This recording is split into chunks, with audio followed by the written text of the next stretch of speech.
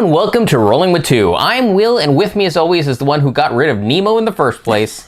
Sarah. And today we're doing a two-player perspective and accessibility for Endeavor Deep Sea.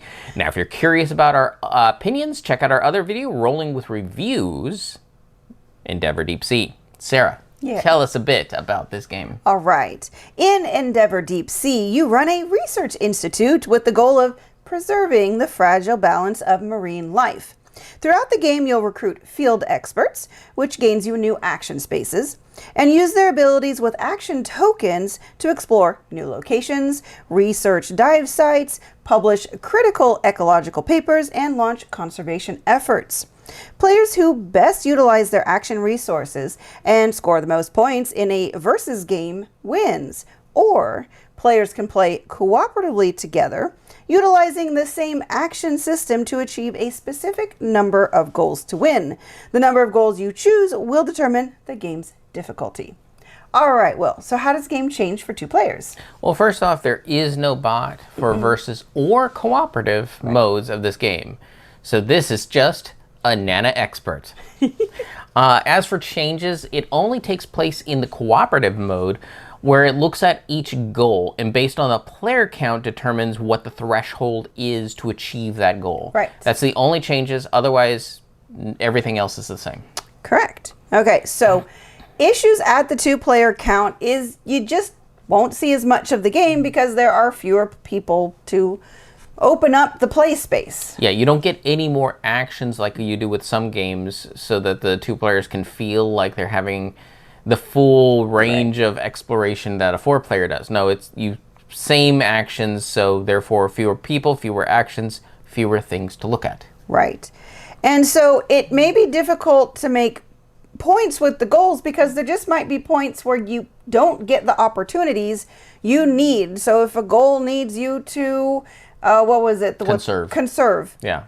Our first game barely had any conservation spots out on the board despite everything that we had explored. Exactly. The tiles that came up just didn't have them, and the ones that did were either really far off or hard to get to or just really late in the game anyways. Or it was funny. It was like, here's a tile you can't move to, but it has spots for other tiles around it. Right. And now the conservation is way over there. Yeah, there was a cave system where you had to go into the cave system from the left to get to the left side of the tile, from the top to get to the top side, and then from the right to get on the right. And we were on the left side, and so the conservation was over on the right side. And we never put a tile on that side. No, we never put a tile over on that side. Yeah. So that can be a bit frustrating. And then co-op. I was really looking forward to playing co-op because the theme of this really lends itself to cooperative play.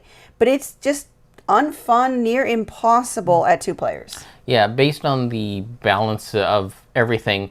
When you look at thresholds, the thresholds go up a little each player you add in, which makes sense because you now have more actions involved.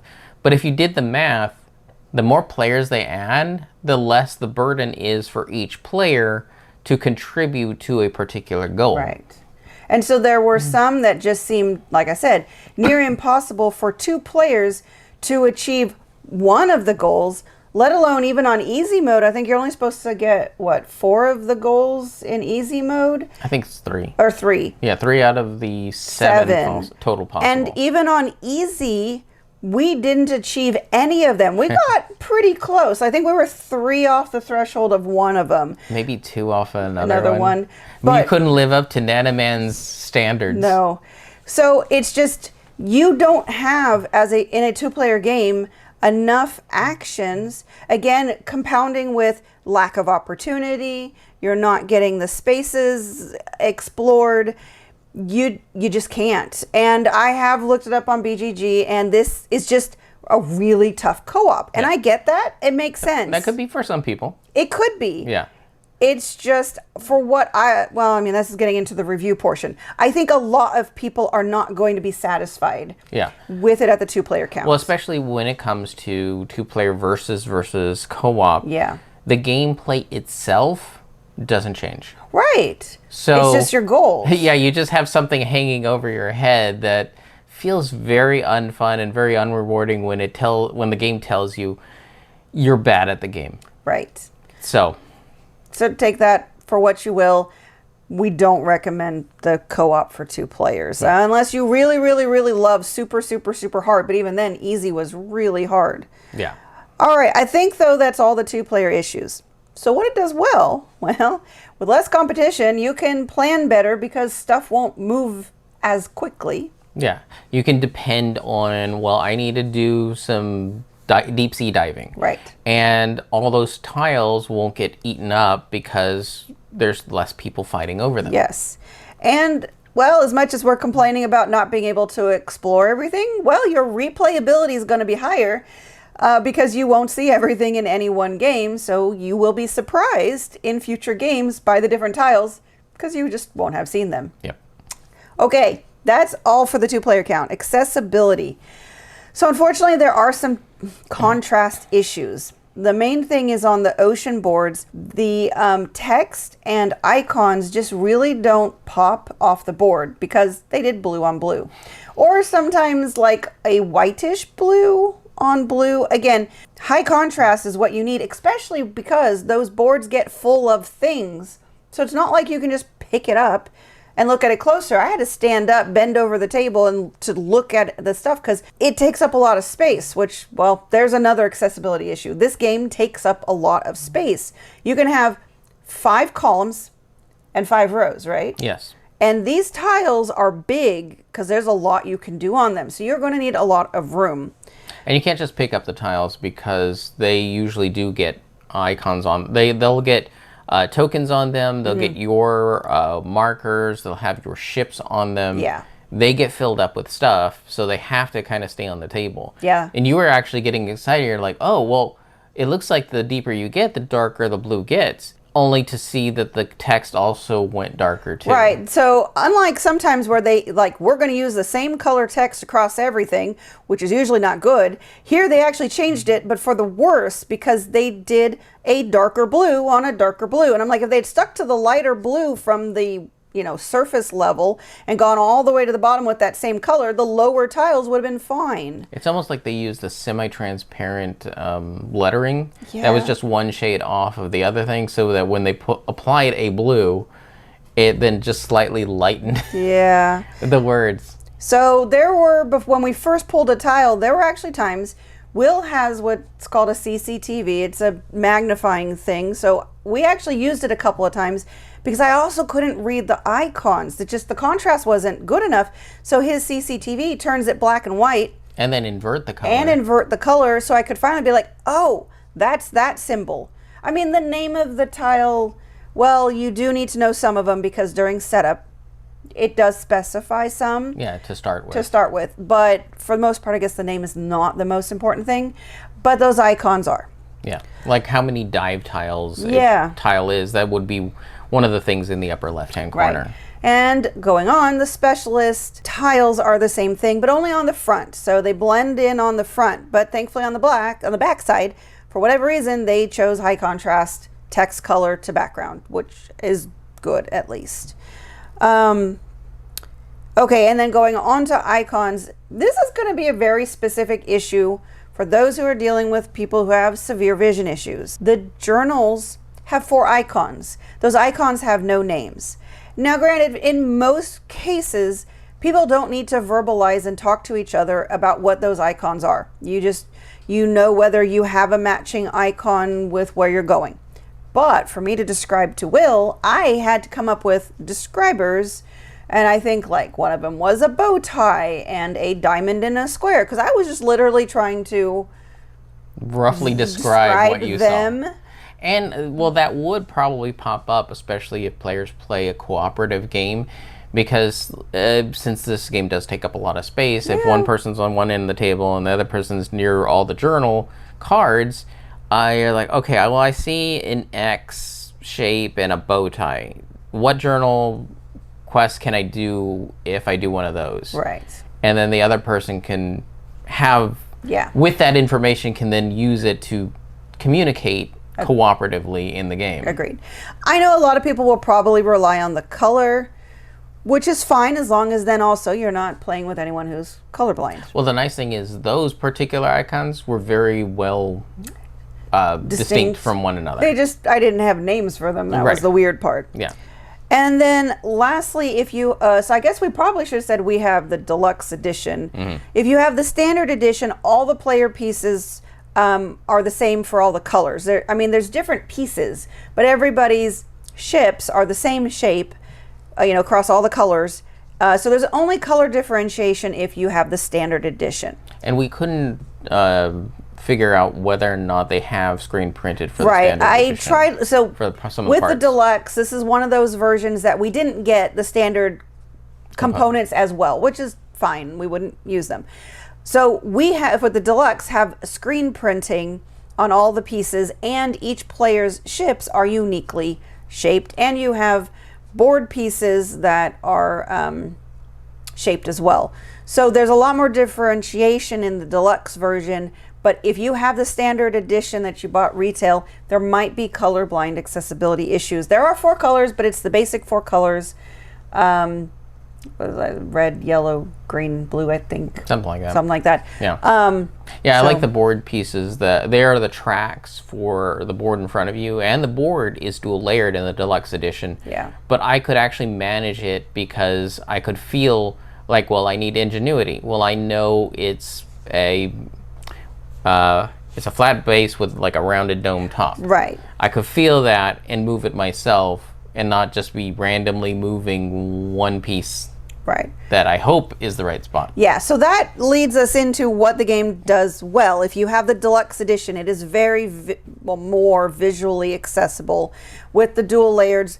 We kind of always hate that deluxe edition has that disability tax of, yes, I understand most people just think shaped pieces are nice and dual layer boards are nice, but they are an accessibility feature. They make it easier. When done right. Well, that's true. When done right, because we've seen them done wrong. This one's pretty good. Yes, very good. I kind of wish they were more solid dividers between the spaces, but I can kind of... rather than just indentation. But it's still better than just a long row that, yes, it's dual layer, but there's no dividing anything between the spaces. Right. We've had games like that. Yeah. So the deluxe edition is going to be your most accessible with the dual layer boards, the shape pieces, the screen printing. That's going to help because even when you get to your scoring markers and your other markers you put on the board, which I forgot what those are called. Impact markers. They're all going to be the same shape. So every player color is going to have the same shape, disc and hex. But with the deluxe, they screen printed them so you have a unique icon.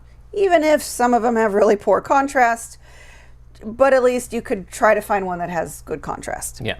The icons are all unique throughout the game, so that was really nice. You didn't get confused by what did what. It's whether or not you could see them It through was the contrast. whether you could see them, but at least they were unique. Yeah. And the rules were really good at teaching. This is a heavy game. I mean, that is one of the things. Yeah, high cognitive load. It's a high cognitive load. But you expect it when it comes to this size. Right. But the rules did really good at having examples throughout, so you were never confused. And if you were confused, read the example. Or we'd read the example anyways, because it almost always really, solidified the rules. So, yeah, this is really good. And then lastly, one thing that's really nice is this is an open information game. So if you are having trouble at the table, hopefully someone else can help you with whatever it is that's challenging you. Get a small children with really good eyes. Yeah. Read this Very bright light. Yeah. Get a flashlight because you might need to use that to really pop the text. Yep. All right, conclusion. 2 players would you recommend? Only the versus mode. I mean, unless you're a super hardcore co-op player. Right. Yeah, the super co-op hardcore players, there is a game here for you, but I would suggest versus for most. Yeah, at 2 players, I think it's going to leave a sour taste in everyone's mouth for the co-op. And when we say versus, I mean, it's your normal competitive mode. Yeah, it's passive player denial. Oh, that's true. Is essentially it. You're not ever attacking anyone because it doesn't make any sense for any of these research institutions to be attacking each other by, burning Right. their ships and taking their money. And honestly, there are there are a few positive player interactions in the game. Journals often have a benefit for every other player, which makes sense because in real life, if you post your research, it's going to help other people. No, I don't want to read your journal. And like exploring the ocean, when you add a tile, yes, you're going to get immediate effect and benefit, but it's going to help everybody do the things in the game. So there's a lot of positive player interactions here because that's the theme of the game. Like Will said, you could deny somebody, and I did that a couple of times for Will. He really needed a certain journal icon, and I took it on the board first. Yep. So that's really it. But sometimes I didn't mind because when she took it, she might have given me a benefit when she did her journaling. Right. So, yeah. And then for accessibility, it's going to be mostly good. The Deluxe is better, but there are going to be some vision issues with the text and some of the icons, just poor contrast. It does help that it's all open information. Yes. For given the size of this game. Oh, yeah. To be able to ask any question about any part of the game to someone who can see better or at least know what's going on will help. So accessibility does fare. Agreed. All right. And that'll do it for us. And Sarah, Yes. did you feel that we could ever make it to the deepest part of the I guess we should have two-player? added that in the 2-player. The whole you're not going to see much of the game. You're also not really ever going to see the depth 5. Well, you have to really get up your ingenuity, which is the mechanics of how you move around in the game, because how many spaces you move corresponds to also how much depth you can explore. And we were really tough and pressed at. I think we got to the 4th. Yes, we did. But I don't think we ever revealed the 5th. But when I was looking through the tiles to take pictures for this, there's not a whole lot to see down there. I mean, art-wise, it's a lot of dark blue. And actually, weirdly, the what you can do down there, it's pretty sparse too. But that kind of also makes sense. There's a lot of end game victory points and things down there. Moving on, putting pieces on the, I always forget what that's called, the impact board? Yes. Yes. So there's some interesting things down there. But yeah, in a 2-player game, very hard to get down there. There you go. And why would you ever roll with just one when you can be rolling with 2? If you have any questions, comments, or concerns, you can reach out to us on the various social media platforms at Rolling with 2, that's TWO. We're on Blue Sky, Facebook, Twitter, and Instagram. For Discord, we have a channel on Tabletop Express. Check the show notes for the invite link. If you have time, check out the other content Nanaman has found for you, because remember, he's rolling with you.